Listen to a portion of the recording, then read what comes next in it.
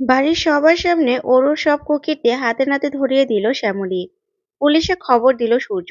হ্যাঁ বন্ধুরা, এমনটাই দেখা যাবে। তাই সম্পূর্ণ জানতে ভিডিওটিতে লাইক দিয়ে চ্যানেলটি সাবস্ক্রাইব করে দেখতে থাকুন। গল্পের শুরুতে দেখা যাবে শ্যামলী চলে যেতে লাগলে অনন্যা আটকায় আর বলতে থাকে, না শ্যামলী, কোথাও তুমি যেতে পারবে না। কারণ আর তুমি তো জানোই যে আমার ছোটবেলায় মা মারা গেছে।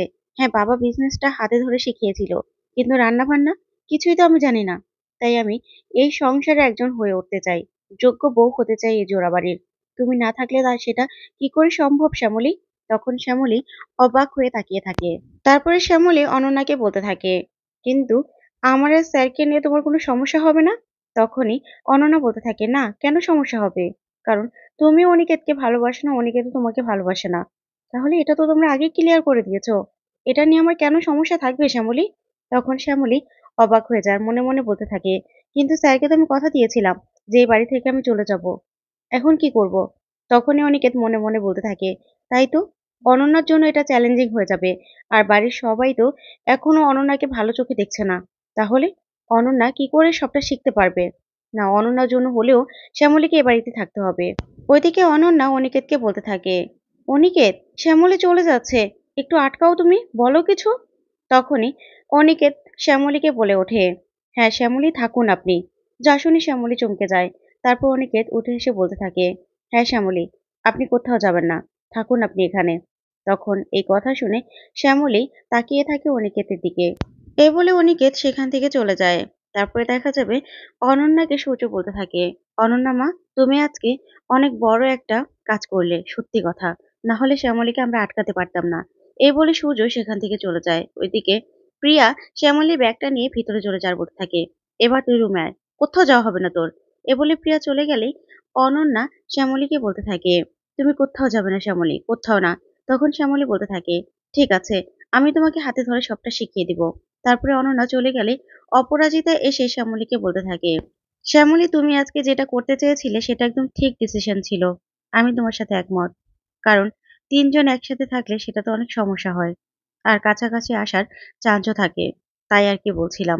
তখন এই বলে অপরাজিতা সেখান থেকে চলে যায়। তখন শ্যামলী চুপ করে দাঁড়িয়ে থাকে। ওইদিকে দেখা যাবে অপলা অরুর কাছে গিয়ে বলতে থাকে, একদম সবকিছু শেষ হয়ে গেল, বানচাল হয়ে গেল সবকিছু। তখন অরু বলতে থাকে, কি হয়েছে মা? তখন অপলা বলতে থাকে, জানিস তো, শ্যামলী এই বাড়ি ছেড়ে চলে যাচ্ছিল, কিন্তু শেষ মুহূর্তে অনন্যা এসে আটকে দিল। কি বলল? যে ওর মা নেই, বাবা কোনো কিছু শিখায়নি, এই বলে শ্যামলীকে আটকে দিল। দূর, শ্যামলী বাড়ি ছেড়ে চলে গেলেই অনেক ভালো হতো। না হলে অনন্যারও তো আমরা কিছু করতে পারছি না। যদি শ্যামলী না থাকতো, তাহলে অনন্যাকে এই বাড়ি থেকে তাড়ানোটা খুব ইজি হতো। তখন তিশা বলতে থাকে, সেই তো মামুনি, না হলে সকালবেলা দেখলে তো, দুধটা কেটে গিয়েছিল। শ্যামলী না থাকলে কিছুতেই কিছু করতে পারতো না ওই অনন্যা। সব শ্যামলীর জন্য হয়েছে। তখন ওরও বলতে থাকে, তাতে কি হয়েছে মা?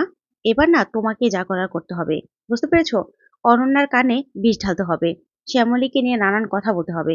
বুঝতে পেরেছো কি করতে হবে? তখনই তিশা আর অপলা বলতে থাকে, হ্যাঁ হ্যাঁ, বুঝতে পেরেছি। এবার তো এগুলোই করতে হবে। এবার দেখুক শ্যামলী কি করে এ বাড়িতে থাকে।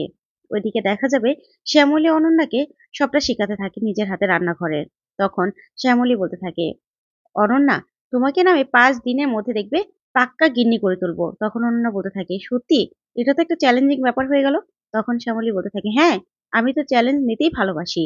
ঠিক তখনই দেখা যাবে সূর্য শ্যামলীকে ডাকতে থাকে। তখন শ্যামলী সূর্যের কাছে চলে যায়। ওইদিকে অনন্যা রান্নার কাজ করছিল। ঠিক তখনই অপলা আর তিশা আসে। আর সে বলতে থাকে, কি অনন্যা, তুমি রান্নাঘরে? তুমি রান্নাঘরে কেন? টুম্পা, শ্যামলী ওরা কোথায়? তখন অনন্যা বলতে থাকে, না আসলে আমি নিজের হাতেই না রান্না করব। আমাকে তো এই সবকিছু শিখতে হবে, তাই না? তখন অপলা বলে, হ্যাঁ, তা তো শিখতেই হবে। কিন্তু শ্যামলী তোমাকে রান্নাঘরটা ছাড়লো। তখন অনন্যা বলতে থাকে, কেন, কি হয়েছে? তখন অপলা বলতে থাকে, না না, শ্যামলী তো সবসময় মনে করে যে এই রান্নাঘরটা ওর, তাই না? আর ও তো রান্নায় খুব ভালো। তখন অনন্যা বলতে থাকে, না, শ্যামলী আমাকে নিজের হাতে ধরে সবটা শেখাচ্ছে। তারপরেই তিশা বলতে থাকে, ও আচ্ছা, শেখাচ্ছে, তাহলে তো ভালো। তা আজকে কি রান্না করছো? তখন অনন্যা বলতে থাকে, পোস্ত চিকেন। যা শুনে অবাক হয়ে যায় তিশা। তারপর বলতে থাকে, ও, এটা তো শ্যামলী খুব ভালো রান্না করে। আর তাছাড়া দাদা ভাইয়ের তো এটা ফেভারিট।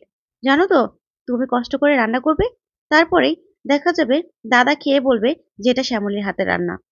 কি যে করো না, তুমি না সেই বোকাই হয়ে গেলে। তখনই অপলা বলতে থাকে, আচ্ছা অনন্যা, কি দরকার ছিল তোমার শ্যামলীকে আটকানোর বলো তো? ও চলে যাচ্ছিল সেটাই ভালো করছিল। না হলে সবকিছুতে দেখবে যে ও ক্রেডিট নেওয়ার চেষ্টা করছে। আর তখনই তিশা বলতে থাকে, "জানো তো ওই যে দা ভাইয়ের গার্লফ্রেন্ড ছিল না অহনা? ওকেও তো শ্যামলী একদম সহ্য করতে পারত না। ওদের সম্পর্কটা তো ভেঙে গেছে শ্যামলীর জন্যই। তোমাকে দা ভাই কিছু বলেনি?" তখন অনন্যা এই সবকিছু শুনে অবাক হয়ে যায়। তারপরে তিশা বলতে থাকে, "জানো তো শ্যামলীকে না তোমার আটকানো একদম উচিত হয়নি। শ্যামলী চলে গেলেই ভালো হতো। তুমি কেন শুধু তোমাদের মাঝখানে শ্যামলীকে টানছো আমি সেটাই বুঝতে পারছি না।" তখন অনন্যা ওদের কথা শুনে অবাক হয়ে যায়, বলতে থাকে, "ও আচ্ছা, তাহলে শ্যামলীকে আটকে রেখে আমি খুব বড় ভুল করেছি, তাই না?" তখন অপলা বলতে থাকে, "হ্যাঁ, ভুল করেছো তো। অনেক বড় ভুল করেছো।" তখন অনন্যা বলতে থাকে, "আচ্ছা, আমি যাচ্ছি।" এই বলেই শ্যামলীর কাছে যায় অনন্যা। তখন দরজাটা লাগিয়ে দিলেই অপলা তিশা মনে খুশি হয়ে যায়, বলতে থাকে, "এই তো আগুনটা লাগলো বলে।" তারপর রুমে গিয়েই অপলা তিশা অপেক্ষা করতে থাকে আর বলতে থাকে, "কোনো চিৎকার চেঁচামেচি তো শুনলাম না। অনন্যা তো খুব রেগে শ্যামলীর কাছে গেল। কিন্তু কিছুই তো শুনতে পেলাম না।" ঠিক তখনই অনন্যা আসে আর এসে বলতে থাকে, "আচ্ছা করে না শ্যামলীকে বলে দিয়েছি।" তখন তিশা বলে, "বলে দিয়েছো তো?" তখনই অনন্যা বলে, "হ্যাঁ, বলে দিয়েছি।" তখন তিশা বলতে থাকে, "শোনো, ওকে না চলে যেতে দাও। ওকে এ বাড়িতে রাখার কোনো দরকার নেই।" তখন অনন্যা বলতে থাকে, "ঠিকই তো। এক্স ওয়াইফ আমার হাসব্যান্ডের, তবে এই বাড়িতে থাকবে, সেটা কি হয় নাকি?" তখন ওর বলে, "হ্যাঁ অনন্যা, একদম ঠিক বলেছ। ওকে এখানে রাখার কোনো দরকার নেই। ও কিন্তু ঘরের শত্রু বিভীষণ। ও কিন্তু সবকিছু কনফারেন্সে করবে।"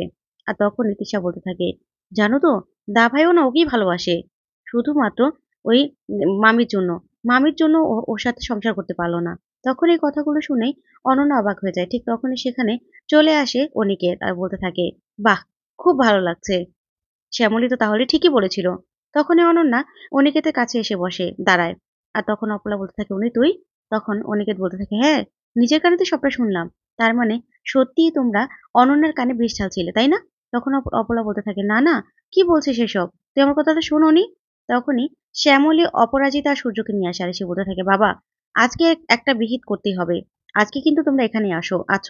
তখনই শ্যামলী অরু, তিশাকে আর অপলাকে ধরে আর বলতে থাকে, "কি পেয়েছেন আপনারা? কি পেয়েছেন? কি শুরু করে দিয়েছেন বলুন তো?" তখনই অরু বলতে থাকে, "কি শুরু করেছি আমরা? তুমি তো সবসময় শুরুটা করো শ্যামলী।" তখন শ্যামলী বলতে থাকে, "ও আচ্ছা, সবকিছু স্বীকার করবেন না, না? স্বীকার করবেন না তো?" এই বলে গরমে একটা খুন্তি নিয়ে আসে শ্যামলী আর বলতে থাকে, "স্বীকার করবেন না তো?" তখনই অরু ভয় পেয়ে যায়। আর তখন অনিকেত শ্যামলীর হাত থেকে খুন্তিটা ফেলে দেয় আর বলতে থাকে, "শ্যামলী, কতবার আপনাকে বলেছি, মুখে যা বলার বলবেন। এভাবে এরকম করবেন না।" তখন শ্যামলী বলতে থাকে, "কি করবো স্যার? কি করব? ওরা তো সবকিছুর বাঁধ ভেঙে গেছে। কি করছে ওরা এসব? কি করছে? ওরা শেষ পর্যন্ত কোনো কিছুতে পাস করতে পারল না বলে, সফল হতে পারল না বলে অনন্যার কানে বিষ ঢালছে। কেন? সেই আপনার বিয়ে ঠিক হওয়া থেকে ওদের ওদের মনের মধ্যে ভয় ঢুকে গেছে। ওরা বিয়েটা ভাঙার জন্য উঠে পড়ে লেগেছে। না হলে আপনার ফুলের টপটা ফেটে গেল। সেজন্য অনন্যাকে দোষারোপ করল ম্যাডামের কাছে। তারপরেও যখন কোনো কিছু হলো না, এখন আবার এসব করছে। কেন?" তখনই ওরও বলতে থাকে, "শ্যামলী, তুমি কিন্তু বেশি কথা বলছো।" তখন শ্যামলী বলতে থাকে, "বেশি কথা বলছি? বেশি কথা বলছি আমি? আপনারা সবকিছুতে বাড়াবাড়ি শুরু করে দিয়েছেন। যখন দেখলেন যে অনন্যার সাথে স্যারের বিয়েটা ঠিক হয়েছে, ঠিকঠাক মতো স্যার একটা বিয়ে হলে উত্তরসূরি চলে আসবে। তাই উঠে পড়ে লেগেছেন না বিয়েটা ভাঙতে? কারণ আপনার ভাগেরটা নিয়েও তো শান্তি হয়নি। আপনি স্যারের ভাগের সম্পত্তিটা চাইছেন।" তখন ওরও বলতে থাকে, "কি বলছো এসব?" তখন শ্যামলী বলতে থাকে, "হ্যাঁ, ঠিকই তো বলছি। না হলে বারবার করে এরকম করে বিপদে ফেলার মানেটা কি?" তখন তিশা বলতে থাকে, "শ্যামলী, তোমার কাছে কোনো প্রমাণ আছে?" তখন অনিকেত বলতে থাকে, "তিশা, বারবার না এরকম প্রমাণ লাগে না। যা পরপর কাহিনীগুলো ঘটছে, তাতে তো শ্যামলী যা বলছে ঠিকই বলছে।" তখনই সূর্য অরুকে বলতে থাকে, "তোর এত বড় সাহস? তোরা এসব করছিস? তোর এত বড় সাহস যে আমার ছেলের ভাগের সম্পত্তি নেওয়ার চেষ্টা করছিস?" তখন অপরাজিতাও অপলা, তিশা আর অরুকে উচিত শিক্ষা দেয়। তারপরে সূর্য বলতে থাকে, "পুলিশে খবর দেব।"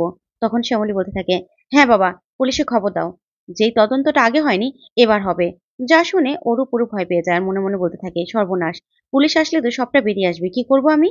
তো বন্ধুরা, আজকের আপডেটটি কেমন লাগলো কমেন্ট করে জানাও।